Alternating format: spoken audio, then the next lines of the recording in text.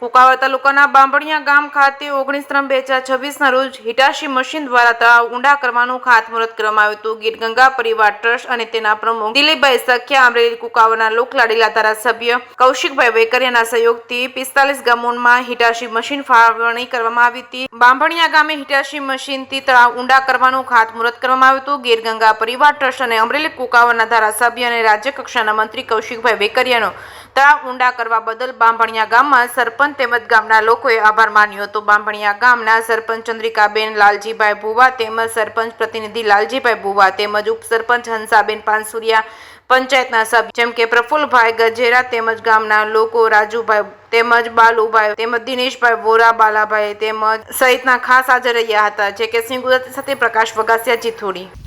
આજે રોજ તારીખ 19/2026 ગુરુવારના દિવસે બાંભણિયા ગામે હિટાચી મશીનનું મુહૂર્ત કર્યું.